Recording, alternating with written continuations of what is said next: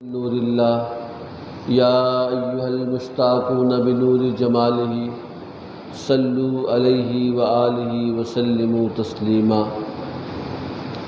اللہم صل علی سیدنا و مولانا محمد وعلی آل سیدنا و مولانا محمد وبارک وسلم وصلی علیہ۔ حمد و ثنا کے بعد قرآن مجید فرقان حمید کی ایک مختصر آیت کریمہ تلاوت کرنے کا شرف حاصل کیا۔ خالق کائنات سے دعا ہے حق کہنے، حق سننے اور ہم سب کو اس پر عمل کرنے کی توفیق عطا فرمائے۔ ربیع الاول شریف کے آخری دن اور ربیع الثانی کی نئے ماہ کی طرف ہم رواں ہیں، اور اللہ رب العزت سے دعا ہے کہ اللہ رب العزت ہماری زندگی کا ہر عمل آسانی والا بنا دے، اور جتنی بھی مشکلات ہیں انہیں آسان فرمائے، جتنی بھی مصیبتیں ہیں انہیں دور فرمائے، اور زندگی امن، سکون اور آسانی والی ہمیں عطا فرما۔ یہ ٹوپی کا ڈبہ ٹھیک ہے، تو اس کے نئے کھلے میں ویلڈنگ کرا دیں۔ اللہ رب العزت اپنے کلام پاک میں انسان کی زندگی کے مختلف ادوار کا ذکر فرماتا ہے۔ انسان خود اپنی مرضی کے ساتھ اس دار فانی میں نہیں آیا، اور نہ ہی خود اپنی مرضی کے مطابق اس دنیا کو چھوڑ کر جائے گا۔ نہ آنے کا اس کا اختیار ہے اور نہ ہی جانے کی اس کی مرضی ہے۔ یہ رب کا حکم ہے کہ اس نے کہا کہ پیدا ہو کن، بس انسان دنیا میں آ گیا، اور اس نے کہا لوٹ جا، تو پھر اللہ کی طرف اس نے لوٹ کر چلے جانا ہے۔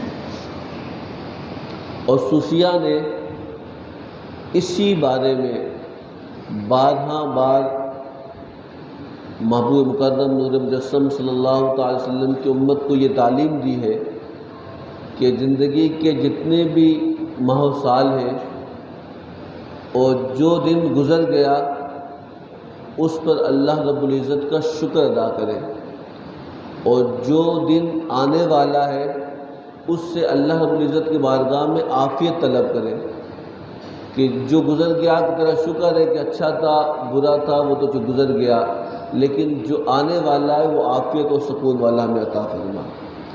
تو پھر وہ لوگ دنیا کے اندر کامیاب اور کامران ہوتے ہیں، اور ان کی زندگی کو اللہ رب العزت آسان اور سہل کر دیتا ہے۔ اسی لیے نبی مکرم نور مجسم صلی اللہ تعالی علیہ وسلم نے جس طرح کی تربیت اصحاب رسول کی، اور اللہ کے نبی صلی اللہ علیہ وسلم نے اپنے صحابہ کی تربیت جیسی کی، انہوں نے اپنے ساتھ چلنے والوں کی وہ تربیت کی، اور یہ سلسلہ در سلسلہ اولیاء کرام تک پہنچا، اور قیامت تک یہ سلسلہ چلتا رہے گا۔ اور صوفیہ تو اس بات کے بھی قائل ہیں کہ انسان خوش کس بات پہ ہوتا ہے، کسی کی مل جانے پر یا کسی کے حاصل ہونے پر۔ جس چیز کے ملنے کی خوشی ہے، ایک وقت آئے گا اسی چیز کا کھونے کا غم بھی ہمیں ملے گا۔ جس چیز کی طلب میں ہم جستجو میں لگے ہیں، ایک وقت آئے گا کہ اس کے کھو جانے کا غم بھی ہمیں کھاتا جائے گا۔ تو اس لیے فرماتے ہیں کہ انسان کو اس معاملے میں، اپنی زندگی کے معاملات میں، اور اس کے بعد جتنی بھی زندگی رب تعالیٰ کی نعمت ہے اسے غنیمت جانے، اور اللہ رب العزت کا شکر ادا کرے، اور اپنے سے بڑھ کر لوگوں کا خیال رکھے۔ اس کا فائدہ کیا ہوگا؟ رب تعالیٰ ہمارے معاملات کو آسان فرما دے گا۔ اور یہاں تک کہ روایات میں تو یہاں تک لکھا ہے، ابن سعد نے تاریخ کے اندر لکھا اور کئی حدیث مبارکہ کے اندر بھی غزوہ احد کا ذکر موجود ہے۔ غزوہ احد وہ جنگ تھی جس میں حضور کے چچا سیدنا امیر حمزہ رضی اللہ تعالی عنہ کی شہادت ہوئی، اور آپ نبی کریم صلی اللہ علیہ وسلم کے صرف چچا ہی نہ تھے بلکہ آپ حضور کے دوست بھی تھے۔ آپ کی عمر کا جو گیپ تھا وہ 6 مہینے کا تھا، اور پھر جس وقت سیدنا امیر حمزہ رضی اللہ تعالی عنہ کو شہید کیا تو روایت میں آتا ہے کہ ان کا جگر چبایا گیا، ان کی آنکھیں نکالی گئی، ان کے ہونٹ کاٹے گئے، ان کا دل نکالا گیا۔ اس طرح کی صورتحال سیدنا امیر حمزہ کے ساتھ کفار نے کی کہ اللہ کے نبی صلی اللہ تعالی وسلم نے اس وقت سیدنا زبیر بن عوام رضی اللہ تعالی عنہ کو حکم دیا کہ حضرت صفیہ جو آپ کی بہن تھی کہ انہیں نہیں دکھانا، کیونکہ وہ اسے برداشت نہ کر سکیں گی، وہ غم ہے۔ اور پھر لاش بھی اس طرح کا ستم کیا کہ اس کی آنکھیں بھی نکال دی، اس کے ناک بھی کاٹ لیے، اس کی ہونٹ بھی کاٹ دیے، اس کا کلیجہ بھی چبا دیا، اس کا دل بھی نکال دیا۔ تو کہا یہ ہر کسی کی بس کی بات نہیں اس غم کو سہنا۔ حضور بڑے غمزدہ تھے حضرت سیدنا امیر حمزہ رضی اللہ تعالیٰ عنہ کی شہادت پر۔ اور پھر کہتے ہیں کہ جب اس وقت مسلمانوں کی اسلام کا ابتدائی دور تھا اور پھر اتنے وسائل نہیں تھے، اتنی مشکلات تھی اور تنگ دستی کا عالم تھا، یہاں تک کہ کفن کے لیے چادریں نہیں تھیں۔ آج تو اللہ رب العزت نے حضور کے صدقے مسلمانوں پہ بڑا انعام کیا ہے، اور ہر آسائش، ہر سکون اللہ رب العزت نے ہمیں عطا فرمایا ہے۔ تو اسلام کی ابتدائی ادوار کو اگر دیکھا جائے تو اس وقت ان کی کیفیت یہ تھی کہ ان کے پاس کفن کے لیے بھی چادر نہیں تھی۔ تو اللہ کے نبی صلی اللہ علیہ وسلم نے فرمایا کہ حضرت زبیر سے کہ آپ سیدنا امیر حمزہ کے چہرے کو ان کی بہن کو دیکھنے نہیں دینا۔ تو حضرت صفیہ نے فرمایا کہ اگر حضور نے دیکھا اس کے چہرے کو تو میں بھی دیکھ سکتی ہوں، برداشت کر لوں گی، کیونکہ جتنا پیار سیدنا امیر حمزہ سے حضور صلی اللہ علیہ وسلم کو تھا اتنا کسی اور کو نہ تھا۔ اور روایت میں آتا ہے جب آپ نے ان کے چہرے کو دیکھا اور چادریں نہیں تھی تو اس وقت ان کا جسم کٹا ہوا تھا، تو حضرت صفیہ رضی اللہ تعالی عنہ نے اپنے گھر سے جو 2 چادریں دی اور کہا کہ اس میں کفن دینا۔ حضور نبی مکرم نور مجسم صلی اللہ علیہ وسلم جب اس لاش کے پاس پہنچے تو وہاں پر ایک اور صحابی سہیل رضی اللہ تعالی عنہ کی وہاں پہ موجود تھی، ان کا حال بھی یہ تھا، ان کا جسم کے ٹکڑے ہوئے تھے۔ تو آپ نے حضرت صفیہ کو چادریں واپس کی، کہا میں کیسے، ایک تو میں اپنے چچا کے لیے کفن کا انتظام کروں اور دوسرا مسلمان صحابی شہید ہے اس کے لیے کفن نہیں ہے، میں کیسے گوارا کروں۔ آپ سوچیں اس مقام کے اوپر کہ آپ اس وقت بھی عدل کر رہے کہ جس وقت انسان کے ضبط ٹوٹ جاتے ہیں، انسان کا حوصلہ ڈگمگا جاتا ہے، انسان کے اندر صبر جواب دے جاتا ہے، لیکن اللہ کے نبی صلی اللہ علیہ وسلم نے فرمایا نہ، میں کیسے ایک چادر 2 چادروں سے حضرت امیر حمزہ، حضرت صفیہ نے فرمایا کہ ٹھیک ہے آپ ایک چادر اس صحابی کو دے دیں۔ جب چادریں کھولی گئی اس میں سے ایک چادر چھوٹی تھی اور ایک چادر بڑی تھی۔ حضور پھر رک گئے، آپ فرمایا کہ اب میں کیا کر، بڑی چادر دیتا ہوں اپنے چچا کو، لوگ کہیں میں کیسے کہوں گا اللہ کی بارگاہ میں کہ میں نے بڑی چادر اپنے چچا کو دی۔ آپ نے کرہ ڈالا، اور کرہ ڈالنے کے بعد کہ جب وہ کرہ ڈالا گیا اس میں جو بڑی چادر کا کرہ تھا حضرت سہیل کے لیے نکلا۔ آپ نے بڑی چادر سے اس صحابی رسول کے کفن کا انتظام کیا اور چھوٹی چادر سے حضرت سیدنا امیر حمزہ کی کفن کا انتظام کیا۔ روایات میں اب بھی موجود ہے کہ جب سیدنا امیر حمزہ رضی اللہ تعالی عنہ کی کفن کی چادر رکھی گئی، سر کو ڈھانپتے تو پاؤں برہنہ ہو جاتے، ننگے رہ جاتے، پاؤں ڈھانپتے تو سر نظر آنے لگ جاتا۔ تو پھر حضور وہاں تشریف فرما تھے، کہا کہ آپ نے سر کو ڈھانپا اور پاؤں کی طرف گھاس رکھی اور آپ کو دفن کرنے لگے، تو آپ نے فرمایا کہ اللہ کہتا ہے کہ جبریل امی آئے، کہا کہ جلدی جلدی دفن کرو، ان کو قبر کے سپرد کرو، ان کے ہمارے حوالے کرو۔ ادھر تم کفن کو اور ترتیب دینے کے بعد جب ان کی قبروں کو بند کرو گے، ہم ان کو جنت کا لباس پہنا دیں گے۔ تو کہا کہ جب انسان اپنے آپ کو اس مقام پہ رکھے اور جب دوسروں کے لیے بہتری رکھے تو اللہ رب العزت اس کے لیے آسانیاں کرتا ہے۔ ہماری سوچیں محدود ہیں، ہمارے خیالات منتشر ہیں، ہماری باتیں وہ باتیں نہیں ہیں، اور اسی وجہ سے اللہ رب العزت کی رضا ہمیں حاصل نہیں ہوتی۔ تو اس لیے صوفیاء کا یہ طرز عمل تھا کہ آپ حضور صلی اللہ علیہ وسلم کی زندگی کو دیکھتے اور آپ کی زندگی میں ہمیشہ اصرار تھا، قربانی تھی، یہ جذبہ تھا کہ آپ اپنے سے دوسرے کو فوقیت کرتے، کہ اپنی بھی طلب ہوتی لیکن اس کے لیے دوسروں کو فوقیت دے دیتے۔ اور یہاں تک کہ پھر اللہ کس طرح انعام کرتا ہے، حضرت انس بن مالک رضی اللہ تعالیٰ عنہ کے بارے میں روایت میں آتا ہے کہ جب حضرت انس بن مالک رضی اللہ تعالیٰ فرماتے ہیں کہ جب میں چھوٹا تھا نا تو میری والدہ نے حضور کے پاس لے گئے، آپ نے حضور کی خدمت مجھے پیش کیا، تو یا رسول اللہ صلی اللہ علیہ وسلم یہ آپ کی خدمت کے لیے، میں نے پڑھنے کے لیے رکھا، میں نے کسی کام کاج کے لیے نہیں رکھا، میں نے آپ کی خدمت کے لیے اس کو رکھا، یہ گھر کا کام کرے گا۔ تو حضور صلی اللہ علیہ وسلم نے انس بن مالک رضی اللہ تعالی عنہ کو اپنے پاس رکھا اور دعا کی کہ اللہ کے انس کے زندگی میں برکتیں عطا فرما، انس کے مال میں برکتیں عطا فرما۔ انس بن مالک فرماتے ہیں کہ اس دعا کا اثر تھا کہ میں نے اپنی زندگی کے اندر میں زندہ تھا، میرے بچوں کے بچے ہوئے، ان کے بچے ہوئے، میں نے اپنے پوتے دیکھے، نواسے دیکھے، میں نے 100 اولادیں دیکھی، کتنی 100 اولادیں دیکھی۔ کہا کہ میرے اس حضور کی اس دعا کی برکت تھی کہ لوگوں کے جو پھل لگایا کرتے، کھجوریں لگاتے یا کوئی اور پھل لگاتے، ان کا درخت ان کا پھل ایک سال میں ایک دفعہ دیتا، حضور کی برکت سے میرا درخت جو تھا وہ سال میں 2 دفعہ پھل دیتا تھا۔ تو کہا جب انسان اللہ کے اور اس کے رسول کے طریقے پہ چلے گا پھر رب تعالیٰ اسے وہ مقام، وہ مرتبہ، وہ رفعتیں عطا کرے گا کہ لوگ دیکھیں گے اور رشک کریں گے۔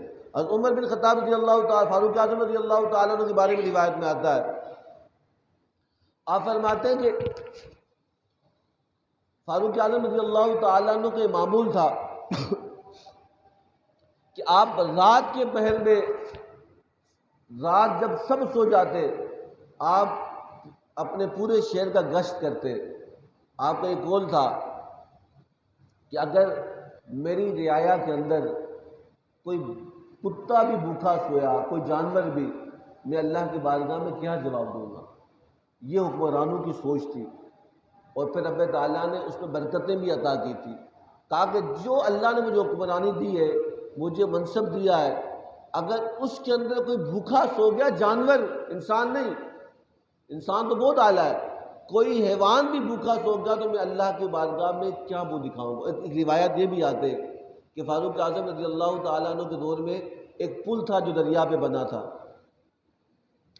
تو وہ پل ٹوٹا اور بکریوں کا ریوڑ جا رہا تھا، تو ایک بکری کی ٹانگ ٹوٹی، تو فاروق اعظم رضی اللہ تعالیٰ عنہ نے اسے دوبارہ ترتیب دیا، دوبارہ ٹھیک کیا۔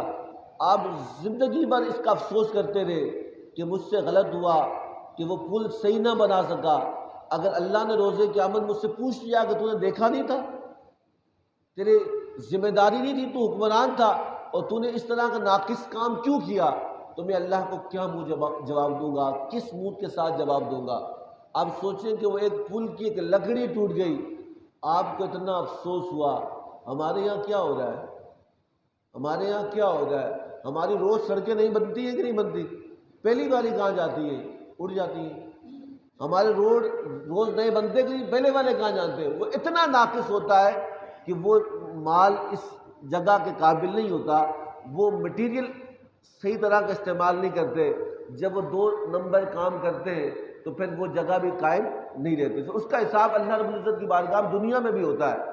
کوئی شخص کسی بھی طرح سے ظلم کرے گا، چاہے وہ کسی بھی ایسے سے ظالم ہو، تو اس کی پکڑ دنیا میں کسی نہ کسی طریقے سے اللہ کرے گا، کہیں مال کی صورت میں، کہیں اولاد کی صورت میں، کہیں جان کی صورت میں، کہیں تنگی کی صورت میں، کہیں تنگ دستی کی صورت میں، کہیں پریشانی کی۔ انسان سمجھ رہا ہوتا ہے میرے پاس میں کروڑوں کا ٹھیکہ لیا، لیکن اسے پتہ نہیں ہوتا کہ اربوں کی جان اس کی ختم ہو رہی ہے۔ یہ اربوں کی بھی ایک بندہ ناشکرا تھا نا، ناشکرا، وہ کہہ رہا تھا کہ وہ فلانا بندہ اتنا امیر ہے، اس کے پاس اتنی بلڈنگ ہے، اس کے پاس اتنا سامان، میرے پاس تو کچھ بھی نہیں ہے، میرے پاس تو کچھ بھی نہیں ہے۔ ایک صوفی، ایک درویش بیٹھے تھے، وہ اللہ کی بارگاہ میں شکوہ کرتا کہ یا اللہ میرا پڑوسی، اس کے پاس اتنے مکان ہے، اتنی جائیداد ہے، فلانے کے پاس اتنے پیسے، اتنا امیر آدمی، میں تو غریب ہوں، میرا قصور کیا ہے؟ ایک درویش بیٹھے تھے، اس نے کہا بھائی تو غریب نہیں ہے، رک جا، تو غریب نہیں ہے۔ اس نے کہا پھر کیا ہے؟ اس نے کہا دیکھ تو بہت امیر ہے، اللہ کا شکر ادا کر، تو اس طرح کر، تو اپنی ایک آنکھ مجھے 5 لاکھ کی دے گا۔ اس نے کہا نہیں، کہا میں لینے کے لیے تیار ہوں۔ آج لوگ عطیہ کر رہے ہوتے ہیں نا، دل گردے یہ کر رہے ہوتے ہیں، کہا میں تیری ایک آنکھ 5 لاکھ روپے کی لوں گا۔ اس نے کہا نہیں۔ اس نے کہا پھر ایک کیا نام ہے گردہ ہی دے دے 10 لاکھ کا، نہیں۔ اس نے کہا ایک ٹانگ ہی کاٹ دے دے 10 لاکھ کی۔ اس جسم کے اعضاء گنا ہے، ان کی لاکھوں مالیت رکھی۔ اس نے کہا تو پورا تو کروڑوں کا بنتا ہے، اور تو کہتا ہے میرے پاس کچھ نہیں ہے۔ اگر ایک آنکھ تیری نہ ہو اور دونوں آنکھیں نہ ہو، ہم کیا کر سکتے؟ ہماری ٹانگیں نہ ہو، ہم کر کیا سکتے ہیں؟ ہمارے کان نہ ہو، ہم سن نہ سکے، ہم کر کیا سکتے ہیں؟ یہ رب کا شکر ادا کریں کہ اس نے ہمیں سالم پیدا کیا ہے، محتاجی کے بغیر پیدا کیا ہے۔ جب بندہ اس بارے میں شکر کرتا ہے، قرآن کہتا ہے لَئِن شَكَرْتُمْ لَأَزِيدَنَّكُمْ، اللہ کہتا ہے جب بندہ شکر کرتا ہے تو میں مزید اسے عطا کرتا ہوں۔ جو شکر کرتا ہے مزید۔ تو ہمارے یہاں ناشکری شیطان اس حد تک ہمیں مایوس کر رہا ہے، وہ رب سے ناشکرا بنا رہا ہے، رب سے، رب کی نعمتوں سے۔ ورنہ یہاں تو ایسے بھی لوگ ہیں جنہیں ایک وقت کی روٹی بھی نہیں ملتی، ہمارے اس زمین کے اوپر ایسے بھی لوگ ہیں جنہیں پینے کے لیے صاف پانی بھی میسر نہیں ہے، یا لاکھوں لوگ ایسے ہیں جن کے پاس رہنے کے لیے چھت بھی نہیں ہے، ایسے بھی لوگ ہیں جن کے پاس پہننے کے لیے کپڑے بھی نہیں ہیں، ایسے بھی لوگ ہیں جن کے پاس پاؤں میں چپل پہننے کے لیے نہیں ہے، لیکن ہمارے پاس سب کچھ ہے، لیکن ہم شکر ادا نہیں کرتے۔ تو اس لیے صوفیاء کی تعلیم رہی ہے کہ انسان کو چاہیے کہ وہ ہر حال میں اللہ رب العزت کا شکر ادا کرے۔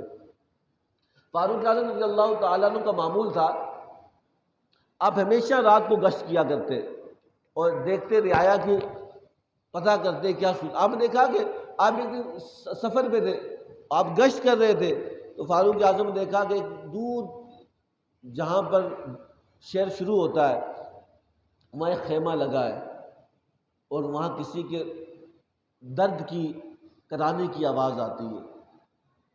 آپ نکاب میں تھے، گھوڑے پہ سوار تھے، تو اس خیمے والے شخص کی جو باہر بیٹھا تھا اس سے پوچھا بھئی کیا کام ہے؟ کہا امیر المومنین سے ملنا ہے، لیکن بات یہ ہے کہ رات ہو گئی ہے، اس لیے رات کو میں نے یہاں قیام کیا، صبح جا کے میں نے وہ ملاقات پہلے نہیں تھی، مجھے کام ہے۔ تو کہا تیرے اس خیمے سے رونے کی کرانے کی آوازیں آتی ہیں؟ کہا کہ میری بیوی امید سے، اور یہ ولادت کا درد ہے، بچہ ہونے والا ہے، اور اس کے پاس کوئی بھی نہیں ہے۔ تو فاروق اعظم رضی اللہ تعالیٰ عنہ واپس پلٹے اور اپنی بیوی ام کلثوم رضی اللہ تعالیٰ عنہا سے کہنے لگے کہ ام کلثوم اگر کوئی نیکی کا کام ہو وہ کرو گی؟ بادشاہ کی بیوی ہے، 52,000 مربع میل کی حکومت جس کے پاس ہو۔ ہمارے یہاں ایک علاقے کا کونسلر ہو نا، کونسلر، وہ بھی سیدھی وہ بات نہیں کرتا، علاقہ کتنا ہو 4 گلیوں پہ رہو، لیبر کونسل ہی لے ہو 4 گلیوں کا ہوتا ہے، وہ سمجھتا ہے پتہ نہیں میں کیا ہوں، ایم پی ایم این اے تو وہ تو زمینی خدا ہوتے۔ سمجھا بات کی؟ جس کو رب تعالیٰ نے 52,000 مربع میل کی حکومت عطا کی، وہ فاروق اعظم جس کے نام سے شیطان آج بھی کامتا ہے، وہ فاروق اعظم جس نے حضور کا دین مشرق سے مغرب تک پہنچایا۔ کہ لگے کہ جب آپ اپنی بیوی کے پاس گئے، ہمارے یہاں کوئی ایک ملک کا ہی بادشاہ بن جائے نا، اس کی بیوی کہلائی جاتی ہے خاتون اول۔ کون؟ خاتون اول اس کے، ابھی اس ٹاپک کی بات نہیں کروں گا. آپ بنیاد دیکھیں نا اسٹیٹس ہماری تنزلی کا وجہ کیا ہے کہ ہم نے اپنے اوپر خود ایسی چیزیں لاگو کر لی ہیں جو نہیں تھی. جو حاکم تھے اور جن کو رب تعالیٰ نے سردار بنایا تھا وہ خادم، حضور نے فرمایا قوم کا سردار قوم کا خادم ہوتا ہے، وہ اس کی خدمت کرتا ہے. ہمارے یہاں جو حاکم ہیں وہ کیا ہوتے ہیں؟ ابھی بھی سندھ کے اندر کسی بندے کو مارا ہے، ابھی کل کی بات، سندھ میں ایک بندے کو مارا ہے بغیر وجہ کے. وہ کوئی شکار ہونے کا ہمارے علاقے میں کیوں آیا ہوتا، تو کون ہوتا ہے؟ میں ڈے رہا ہوں، مار دیا اس کو، کوئی نہیں پوچھنے والا. حضور نے فرمایا کہ قوم کا سردار قوم کا کیا ہے؟ خادم ہے. جو حاکم ہے وہ خادم ہے. جب وہ خدمت کرے گا تو رب اسے عزت عطا کرے گا. عزت کا معیار یہ نہیں ہے کہ وہ میرے سامنے ہاتھ باندھ کے کھڑا ہو، یہ عزت ہے. عزت کا معاملہ رب کے پاس، رب کہتا ہے وہ تو عز من تشاء وہ تو ذل من تشاء بیدک القوت. عزت بھی اس کے پاس ہے اور ذلت بھی اس کے پاس. سمجھا نہیں بات کی؟ تو حضرت فاروق اعظم نے بیوی سے کہا، ام کلثوم نے کہا ہم نیکیوں کے لیے تیار ہیں. تو کہا کہ ایک عورت کا ایسا مسئلہ ہے جو ولادت کے وقت چیزیں ہوتی ہیں، اس نے گڑ لیا اور سامان بہت سا طویل واقعہ ہے، وہ لے کر آپ پہنچی اور آپ اس خیمے میں چلی گئی اور فاروق اعظم سے کہنے لگی کہ آپ گڑ کو آگ جلا کر گڑ کو پگھلاؤ، اس کے اندر دانے ڈالو مکئی کے تاکہ یہ پک جائیں اور اس عورت کو جب طلب ہوگی میں دوں گی. تو وہ شخص جو باہر تھا، جو خیمہ لگا کے بیٹھا تھا، اس سمجھا یہ فاروق اعظم نے ملازم رکھا ہے جو رات کو لوگوں کی خبر گیری کرتا ہے اور اس کی وہ شاید یہاں پہ خادم ہے اور یہ پتہ کر رہا ہے. تو کہ فاروق اعظم وہ پکا رہے، چھولے بنا رہے اور آگ جلا رہے اور میں اسے کہہ رہا ہوں کہ اوے یہ بھی لے آ وہ بھی لے آ.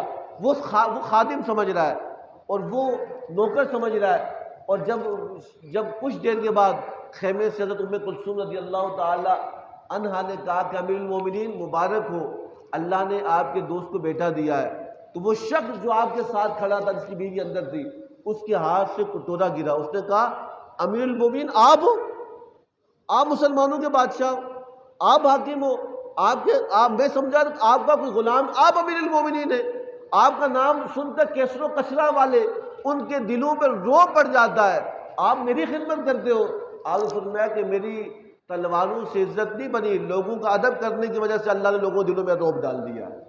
سمجھا نہیں بات کی؟ تم سمجھو کہ میں بدماش ہوں اور میری وجہ سے لوگ ڈرتا نا، اس سے کوئی نہیں ڈرتا. کوئی کتنا بڑا بدماش ہو، زمین کھا گئی آسماں کیسے جگہ صوفیہ فرمان زمین کتنے بڑے بڑے بدماشوں کو زمین میں سلا دیا، پتہ ہی نہیں، نام نہیں، نام اسی کا باقی رہے گا جو رب کے نام کو جاری رکھے گا. سمجھا نہیں بات کی؟ جو رب کے نام کو زندہ کرے گا، رب اس کے نام کو کیا کرے گا؟ زندہ کرے گا. تو اس لیے ہمیں اس بات کو بھی اپنے اس کے ساتھ باندھ لینا چاہیے کہ زندگی ایک وقت کے لیے ہمیں اللہ نے بھیجا ہے، یہ امانت ہے، یہ اللہ کی امانت ہے. آپ میں سے کوئی شخص اپنی مرضی سے نہیں آیا اور ہم میں سے کوئی شخص اپنی مرضی سے واپس نہیں جائے گا. یہ کون سا گلا، کون سی پریشانیاں، کون سی تکلیف، یہ ہو گیا وہ ہو گیا، کچھ نہیں. ایک وقت کے لیے آیا. جتنی مشکلیں مشقتیں اللہ نے لکھی ہیں وہ آئیں گی اور اس کے بعد جتنی مشکلیں آئیں گی اتنی اللہ نیکیاں دے گا. جتنی پریشانیاں آئیں گی اتنا رب اجر عطا کرے گا. جتنی تکلیفیں آئیں گی اتنا رب انعام عطا کرے گا. حضور نے فرمایا کہ مومن کے دنیا کے اندر پہنچنے والی ہر تکلیف خیر ہے. کہا کہ یا رسول اللہ ہر تکلیف خیر؟ کہا کہ مومن کو اگر کانٹا بھی چبھتا ہے رب اس کانٹے کی چبھنے پر جو تکلیف ہوتی ہے رب اس کو بھی نیکی عطا فرما دیتا ہے. سمجھا نہیں بات کی؟ اس لیے ہمیں چاہیے کہ اپنی زندگی کے معاملات کو اس طرح کریں کہ ہماری وجہ سے لوگوں کو سکون ملے. یہ نہ ہو کہ لوگ ہماری دعا کریں کہ یا اللہ اس کی جان چھوٹ جائے، یہ تو ہمارے لیے عذاب ہے. آپ رحمت ہو لوگوں کے لیے، آپ آسان اپنے سے بڑھ کر آسانیاں کریں. اور یاد رکھنا کہ جو جیسا ہوتا ہے نا، جیسا وہ ویسی بات کرے گا. جس کا جیسا خاندان ہوتا ہے وہ ویسی بات کرے گا. مرحوم نے ایک واقعہ لکھا، بات مکمل کروں گا. مرحوم نے ایک واقعہ لکھا کہ محمود غزنوی علیہ الرحمٰن نے، بہت بڑے اللہ کے ولی بھی گزرے اور بادشاہ مسلمانوں گزرے. محمود غزنوی کے بارے میں مرحوم لکھتے ہیں آپ نے ہزاروں لوگ ان کے مجمع میں بیٹھے تھے. بات مکمل کر رہا ہوں. آپ نے فرمایا کہ مجھے شوق ہے حضرت خضر علیہ السلام سے ملنے کا. کس سے؟ خضر علیہ السلام اب بھی ہے. خضر کا مطلب راستہ دکھانا. اور علماء نے لکھا، کسی نے کہا وہ نبی ہے، کسی نے کہا ایک ولی ہے. یہ ایک طویل بحث ہے، لیکن مرحوم نے جو واقعہ لکھا وہ مختصر کر رہا ہوں تو آپ نے فرمایا مجھے حضرت خضر سے ملنا ہے. تو وہ لوگ بیٹھے تھے اور کون ملا ہے؟ جس کو پتا ہوگا وہ بھی نہیں ملائے گا. ایک غریب دیہاتی کھڑا ہوا, اس نے کہا میں ملاؤں گا. کیا کہا؟ بولے. اب دعا کریں کہ اللہ تعالیٰ سب کو ملا لیں. سمجھا نہیں بات؟ ہاں سمجھا نہیں. اس نے کیا کہا؟ میں ملاؤں گا. تو بادشاہ نے کہا ٹھیک ہے ملا لو. اس نے کہا چلہ کرنا پڑے گا, 6 مہینے کا چلہ ہے. غریب آدمی تھا. اس نے کہا چل 6 مہینے کا چلہ, کیا کروں؟ کہا میں سمندر کے کنارے بیٹھوں گا, لیکن 6 مہینے کا خرچہ میرے بچوں کا, میرے بال بچوں کا, میرے جو گھر کا خرچہ ہے, اخراجات ہیں جو کھانے پینے کے, وہ آپ 6 مہینے دے دیں. تو بادشاہ نے, بادشاہ تھا, اس نے کہا ٹھیک ہے دے دو. 6 مہینہ وہ گزر گئے. 6 مہینے بعد بادشاہ نے بلایا, بھائی کیا ہوا؟ اس بندے نے کہا بادشاہ سلامت چلہ تو مکمل ہو رہا تھا, آخر میں وظیفے تھوڑے الٹے ہو گئے, خراب ہو گئے وظیفے, اب 6 مہینے اور لگیں گے. بادشاہ نے کہا کوئی بات نہیں, یہ کنفرم ہے ملے, کہاں ملیں گے؟ کہا کہ 6 مہینے مزید اسے دے دیے. سال ہو گیا. سال کے بعد پھر وہ دربار لگا, سب لوگ بیٹھے. اس نے کہا کہ بھائی کیا ہوا, تو نے کہا سال کا ٹائم لیا, 6 مہینے کا, اب سال ہو گئے, اور خضر اسلام کہاں ملیں گے؟ اس نے کہا کون سے خضر؟ اس نے کون سے خضر؟ میں غریب آدمی تھا, بھوکھا تھا, میرے پاس خرچہ نہیں تھا. میں جب سوچا چلو 1 سال میرے خرچے کا بندوبست ہو جائے گا, میرے بچوں کا راشن لگ جائے گا, مجھے خرچہ ملے گا. میں تو نہ خضر کو جانتا ہوں, نہ مجھے کوئی چلہ آتا ہے, نہ میں نے کوئی وظیفہ پڑھا ہے. ٹھیک ہے, میں نے تو ایسے ہی کہا تھا, میرا تو سال آسانی سے گزر گیا, آپ بھلے آپ جو سزا دیتے ہو دے دو, میں نے جو سال جو ہے وہ آسانی سے گزار دیا. تو محمود غزنوی نے اس مجمع میں بیٹھے ہوئے لوگوں کی طرف مخاطب میں کہا دیکھو اس نے بادشاہ کے ساتھ جھوٹ بولا ہے. کیا بولا ہے؟ اس نے بادشاہ نے جھوٹ بولا, فراڈ. 1 سال تک اس نے ٹوپیاں پہنائی, کہا اب یہ وظیفہ الٹا ہو گیا, یہ ہو گیا, اب اس کی سزا بتاؤ. پہلے وزیر نے کہا اس سے قتل کر لو. کیا کر لو؟ دوسرے وزیر سے پوچھا, اس نے بادشاہ سلامت قتل کرنا سزا نہیں ہے, اس نے بڑی گستاخی کی ہے, آپ ایسے کرو کہ اسے کتوں کے آگے ڈالو, کتے سے کھائیں, اس تکلیف اذیت اور تکلیف کے اندر یہ رہے, اور جب اس تکلیف سے اندر یہ تڑپ تڑپ کے مرے گا نا, پھر آپ کو سال کے جو غم میں نا وہ ختم ہو جائے گا. تو بادشاہ محمود غزنوی کا ایک بہت پیارا غلام تھا, اس کا نام کیا تھا؟ ایاز. تو ایاز سے پوچھا کہ ایاز تو بتا میں کیا کروں؟ ایاز نے کہا کہ بادشاہ سلامت 1 سال تک اگر اس نے آپ کا خرچہ لیا ہے, آپ کے خزانے میں کوئی فرق نہیں پڑا. اگر اس نے جھوٹ بولا ہے, آپ کی شان میں کوئی کبھی نہیں ہوئی. بادشاہ بڑا ہوتا ہے, اس کا کام معاف کرنا ہی ہوتا ہے. جب پہلے وزیر نے کہا نا, پہلے وزیر نے کہا کہ اسے قتل کر لو, ایک نورانی صورت کے بزرگ بیٹھے تھے, اس نے کہا بادشاہ سلامت یہ بندہ صحیح کہہ رہا ہے, بالکل قتل کر لو. پھر دوسرے نے کہا کہ اسے کتے کے آگے ڈال لو, ایک نورانی صورت کے بزرگ تھے, انہوں نے کہا بادشاہ سلامت یہ وزیر صحیح کہہ رہا ہے, کتوں کے آگے ڈالنا چاہیے. جب ایاز کے بارے میں جب اس نے کہا کہ اسے معاف کر لو, تو اس بزرگ نے پھر کہا کہ بادشاہ صاحب یہ بھی صحیح بول رہا ہے. تو بادشاہ نے کہا بابا تو ادھر آ, یہ بھی صحیح بول رہا ہے, یہ بھی صحیح بول رہا ہے, یہ بھی صحیح بول رہا ہے, تو ہے کون؟ اس نے کہا بادشاہ سلامت جو پہلا وزیر تھا یہ خاندانی کسائی ہے, اس کا کام قتل کرنا ہے, بکرے کاٹنا, بچڑے کاٹنا, وہ یہ کہہ رہا کھالیں اتارو, یہ خاندانی کسائی, اس نے اپنی خاندان کا اظہار کیا, کہا قتل کرو, جان چھڑاؤ. کہا کہ دوسرا جو تھا یہ اس کے آبا و اجداد پہلے سرداروں, وڈیروں اور جت چودھریوں اور جو بڑے بڑے انگریز تھے ان کے کتے نلایا کرتے تھے, یہ اس کے آبا و اجداد یہ کتوں کو نلاتے تھے, تو اس نے اپنا خاندانی کام بتایا. کہا ایاز کے بارے میں اس وقت تک کسی کو نہیں پتا تھا. کہا کہ اے بادشاہ سلامت ایاز جو تھا یہ سید ہے, یزور کا خاندان ہے, یہ شاجی ہے, اس خاندان نے اپنے پورے خاندان کو کربلا میں شہید کروا دیا, زبان میں شکوہ نہیں آیا, شکوہ نہیں آیا, یہ سید ہے, اس کے عام معافی ہے, یزور کا خاندان ہے. تو بادشاہ کھڑا, اس نے کہا محمود تو نے آج تک نہیں بتایا کہ میں سید ہوں. کہا بادشاہ سلامت ضرورت ہی نہیں پڑی, جو ہوتا ہے وہ بتاتا, جو نہیں ہوتا وہ ڈنگے بجاتا ہے, وہ چیخیں مارتا ہے. تو ایاز نے کہا کہ بادشاہ سلامت میں زندگی بھر یہ چھپاتا تھا, میں زندگی بھر چھپاتا رہا کہ میری ذات کسی کو پتہ نہ چلے, لیکن اس شخص نے میرے راز کو پردے میں سے نکالا, میں آپ کو ایک بات نہ بتاؤں؟ تو بادشاہ نے کہا تو کیا بتانا چاہتا ہے؟ کہا میں اس کا راز بتاتا ہوں. کہا جس خضر سے ملاقات کرنا آپ چاہتے تھے وہ شخص یہی ہے, یہ وہی شخص ہے خضر سے ملاقات کرنے کے لیے اس بیچارے کو سولی میں چڑھنے والا تھا. سمجھ آ رہی بات؟ انسان اپنے خاندان کا اظہار کر رہا ہوتا ہے. مرحوم لکھتے ہیں کہ جو جیسا ہوتا ہے وہ ویسی بات کرتا ہے.